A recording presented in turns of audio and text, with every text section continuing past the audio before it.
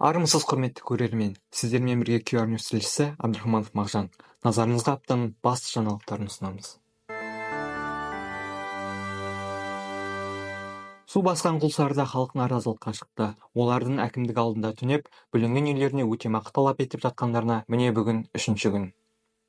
Қалада тасқын кесірінен 3.000-ға жуық үй бүлінген. Барар жер басар тауы қалмаған жұрт үйінің әр шаршы метріне қолма-қол 400 мың теңге өтемақы беруді талап етіп отыр. Бірақ әкімдік 240 мың теңгеден көп төленбейтінін айтқан.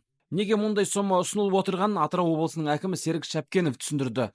Ол барлық зардап шегушіге бірдей сома беру мүмкін емес екенін айтады. Бес саусақ бірдей болмайды. Әр үй, әр шығынға батқан отбасы тағдыры әр қайлы. Оның барлығын бір жаңағы тарақ сияқты қылып барлығына бірдей деген жаңағы мәселе тағы да болмайды. Атырау облысы төтенше жағдай жөніндегі жедел штаб қаланың көптеген тұрғыны осы сомаға келіскенін мәлімдеді. Жедел штабтың ақпараты бойынша Құлсарыда 200-ден астам үйдің бағалау нәтижесі шыққан. Үйдің шаршы метріне 400 мың теңге талап етіп отырған тұрғындар ол сомаға үй ғана емес, қорада, сарайда, құрылыс материалда, жұмысшының ақысы да кіретінін айтады. Біреуі 50 жыл тұрса да, біреуі енді кірген баспана болса да, бәріне бірдей шаршы метріне 400 мыңнан берілсін дейді олар. Ақша берсін, ақша қалаған үйімізді аламыз.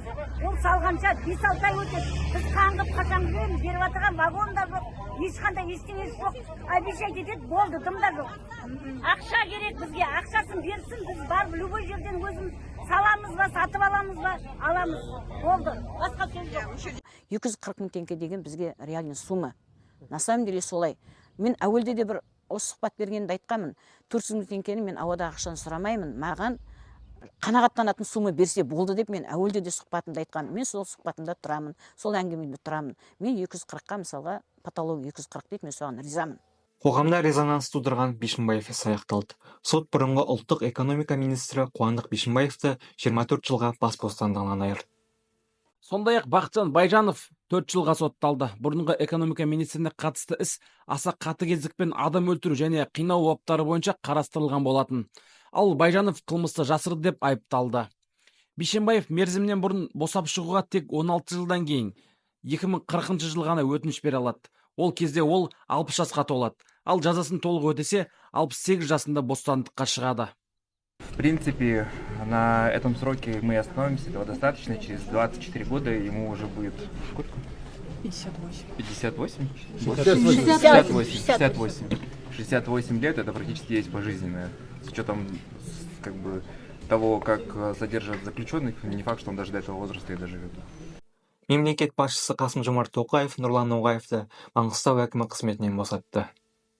Ол бұл қызметті 2021 жылдың 7 қыркүйегінен бастап атқарып келеді.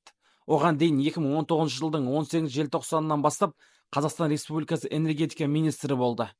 Әр жылдары Батыс Қазақстан облысы әкімінің орынбасары, Батыс Қазақстан облысы әкімінің бірінші орынбасары, Батыс Қазақстан облысының әкімі, Атырау облысының әкімі қызметтерін атқарды.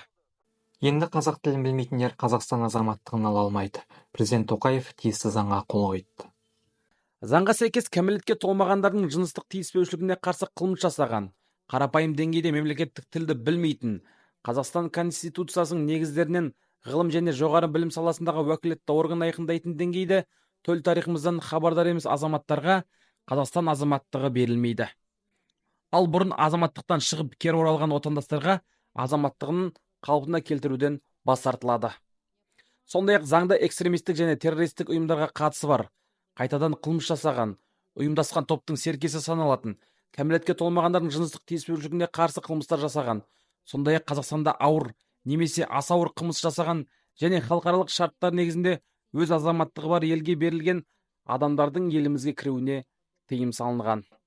Осымен апта жаңалықтары тәмам. Келесі кездескенше қош сау болыңыздар.